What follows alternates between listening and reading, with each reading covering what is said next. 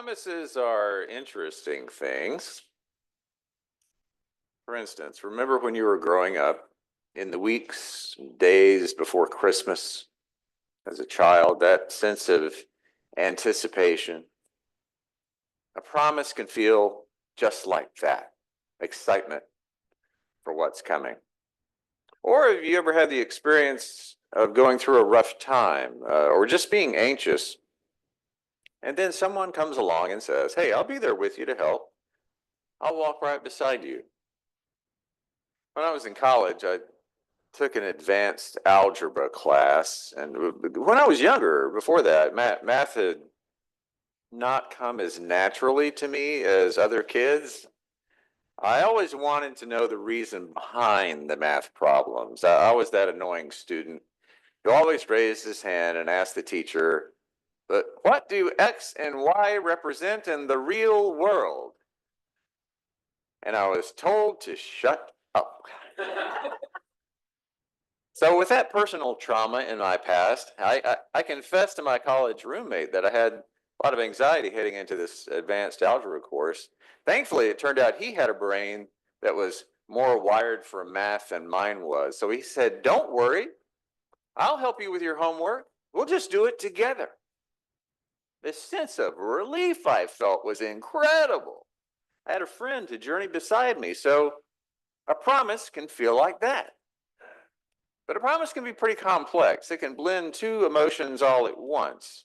Now, if you have ever had the experience of standing at an altar wearing a tuxedo or a wedding gown and spoken words to someone to whom you've decided to make a lifelong commitment, you know that strange mixture of joy right in there with the feeling of awesome responsibility and duty. And that can honestly seem like you are taking a big leap into the unknown. It's thrilling, but it's also scary in a good way.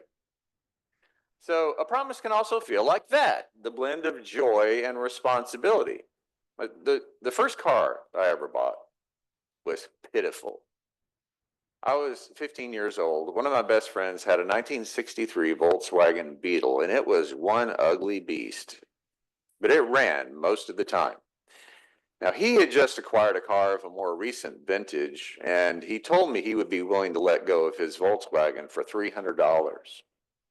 I did not have $300, but I desperately wanted my own set of wheels so that I could enjoy the freedom of the open road and all that stuff. That promise felt so amazing and liberating to a 15-year-old. So I went to my dad and I explained the situation. He said, "Well, okay, let's go down to the bank and see if they'll loan you $300 for a 1963 VW Bug." He said, "Because it's better than me loaning you that $300. This way," he said, "you can start building a credit history." I said, "What's a credit history?" He said, "Well, it works like this. You promise to pay things back on time. Every time you do that, you prove yourself to be trustworthy." I said, "But I'm already trustworthy. I'm a Boy Scout and everything." My dad said, "To a banker, you're not. At least not yet." So long story short, my dad had to co-sign that loan because the banker thought I looked like a nice enough kid, but the car was so old and worthless, it could never be used as collateral. My monthly payment was $35. And I was pretty sure I could handle that, but it still scared me to death to sign that paper promising to repay that loan. Not only that, because my dad's auto insurance would suddenly be going up dramatically, he made me sign a promissory note to him that I would pay him the difference in his premium, and that was double what the car payment was. But I had my first car. It represented a promise that was wonderful, but that same promise took me into very unfamiliar territory, Gary. And I knew it was going to take a kind of commitment that I had never made before in my young life. So I learned from that that a promise is something we receive and something that we make. We anticipate promises with gladness, but we also know that we've got serious work to do.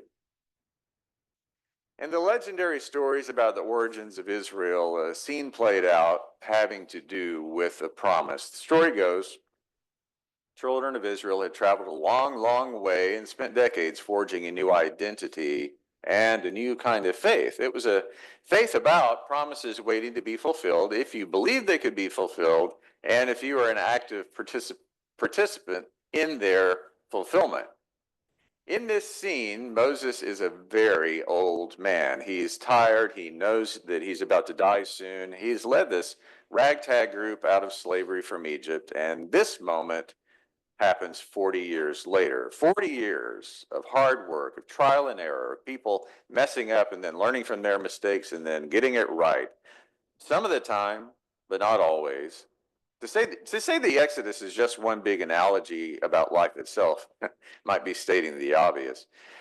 And the children of Israel are just doing their best to follow and obey a mysterious God who refuses to be placed into a box. Just won't be pinned down, this God, a God who denies that there are any limits to him, or for that matter, any limits on what any of us can achieve, a God who refuses to behave like any other God that anyone had ever heard of before, a God that sets down laws, 10 Commandments, but not a bunch of rules and regulations designed to allow anyone to lord it over anyone else. That was unique in human history. No, these were laws about how to have ethical, compassionate, justice-filled, and loving relationships with everyone in your life. And this all came with a promise that there would be a special place, the promised land, where that peaceful, justice-filled, ethical society would live and prosper and be an example to others, to the whole world. Now, it's at this point I'm obliged to offer what may sound like a disclaimer or a sidebar to our story, or just an attempt to address an elephant in the room. I'll try to be brief, but it's complicated, so please bear with me. Our Bible story today has to do with the concept of the promised land. Starting in the late 1800s, both in Europe and in the US, the Zionist movement sprung up. It was a political effort. It was designed to carve out a Jewish homeland in Palestine, the Promised Land. Now, there had always been Jews living in Palestine, right alongside Palestinians. Sometimes they coexisted peaceably, sometimes not so much. The Zionist movement sought to encourage Jews from Europe and the US to immigrate to Palestine in ever-increasing numbers to eventually establish a Jewish state. That way, Jews could escape discrimination and persecution and find strength in numbers living together in their ancestral home. Now, Zionism was always very controversial, even among Jews. It was only after the systemic murder of 6 million Jews during the Holocaust that Zionism gained enough political traction to lead to the establishment of the modern state of Israel. And today, the Zionist faction of Israelis, who are usually ultra-Orthodox Jews and political hardliners, encourages the encroachment and settlement of Jews into areas like the West Bank of the Jordan River, which have been set apart for Palestinians. It's a horrible situation. We see the fruits of this kind of political oppression in the rise of radical and dangerous groups like Hamas, who take advantage of their own people and who perpetrate atrocities against Jews. And then a response that's been devastating for Palestinians in Gaza as a result of that. Now, the reason I mention this at all is because our passage today from Deuteronomy is one of many promised land narratives in the Hebrew scriptures that have been used to justify Zionism. And modern Zionism has turned into, unfortunately, an oppressive political and religious faction within Israel that discriminates against people based on their race and their religion.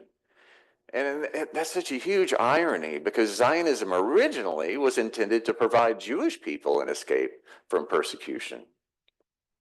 And it's true, on the face of this Bible passage, it sure looks like this story justifies or maybe encourages bad behavior and policies that harm other people. But there's a big problem with that interpretation because this story is not a literal retelling of a historical event. This is part of the origin story of a religious movement that revolutionized how people see and embrace their relationship to the sacred and their relationship to their neighbor. And that's the biggest irony of all. The promised land was intended to be a place where people love their neighbor, not persecute their neighbor. So, how do we read this story, or should we read it at all, ever?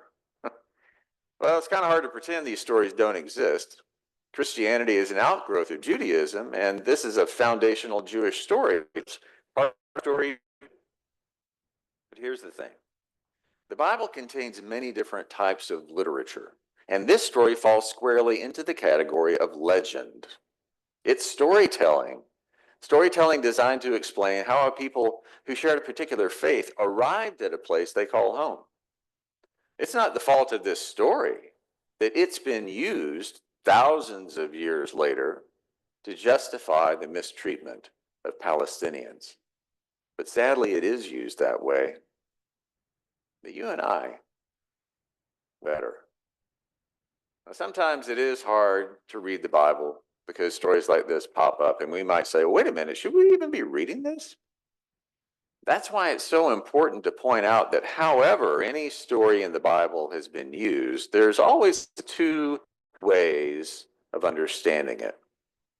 There's the simplistic and literal way, which is favored by fundamentalists everywhere, which usually leads to people getting hurt. And then there's the way that we read the Bible, a way that respects how people develop and tell stories. Stories not meant to be taken as historical fact, but that are designed to prove a larger point. And that is what we read in Deuteronomy. It's not a history textbook anyone's supposed to replicate in real life thousands of years later.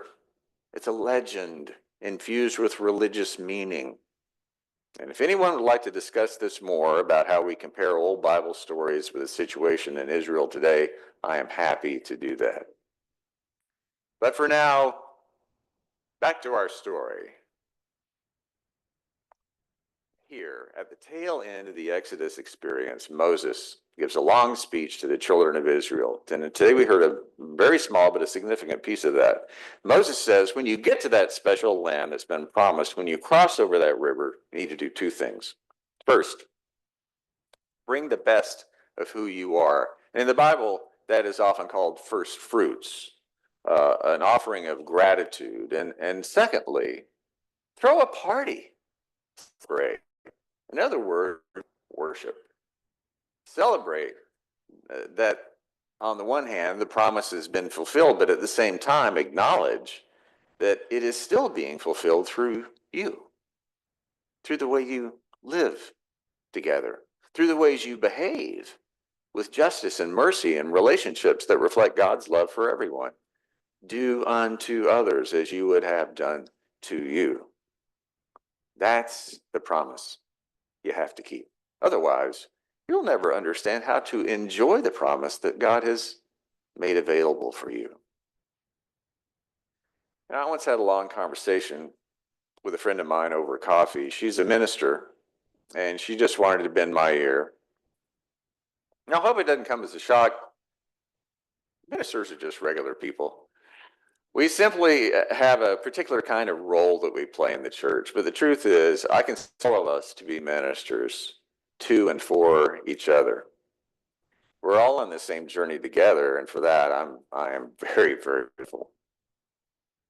In some respects, being a pastor like me is just like any other kind of work anyone does. You've got deadlines.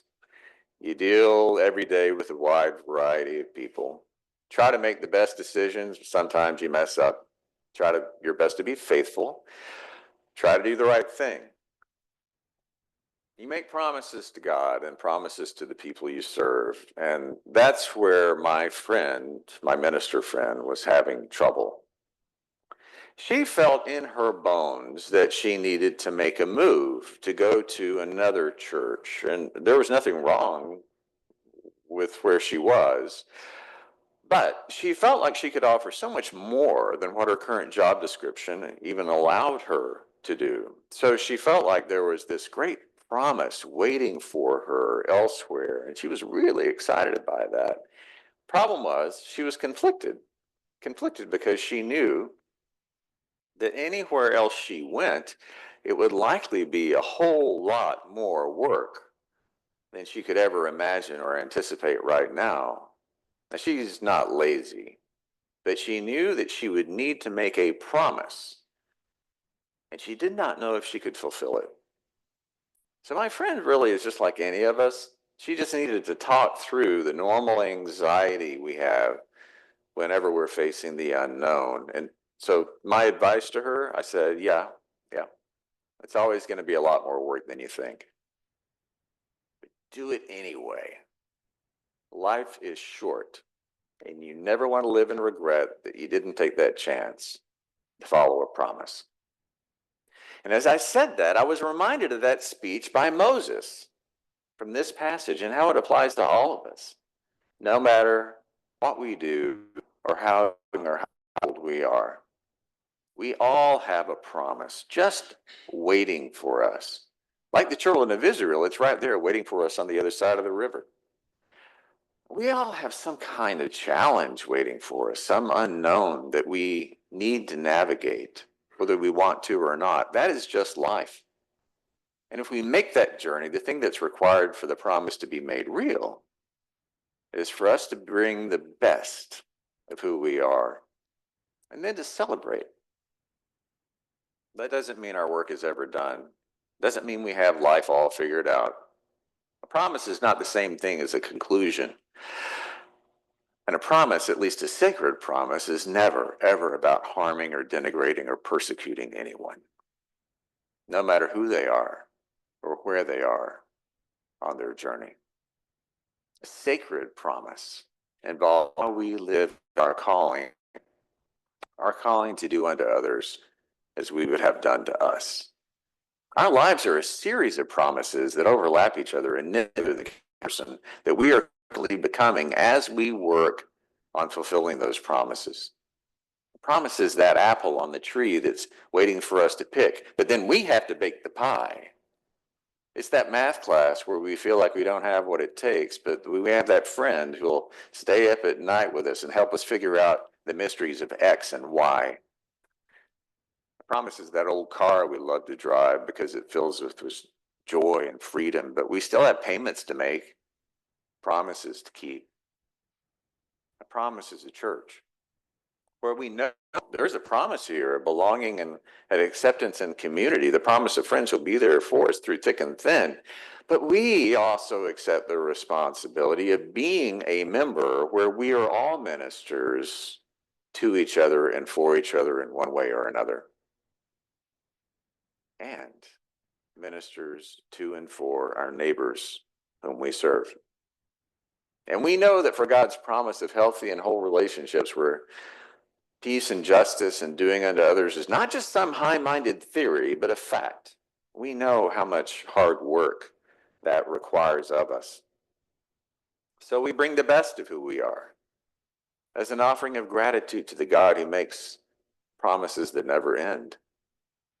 And together we celebrate how far we've come to arrive at this moment in time. And we promise again to be people who never stop believing in the promise we anticipate and never stop working to fulfill the promises we make.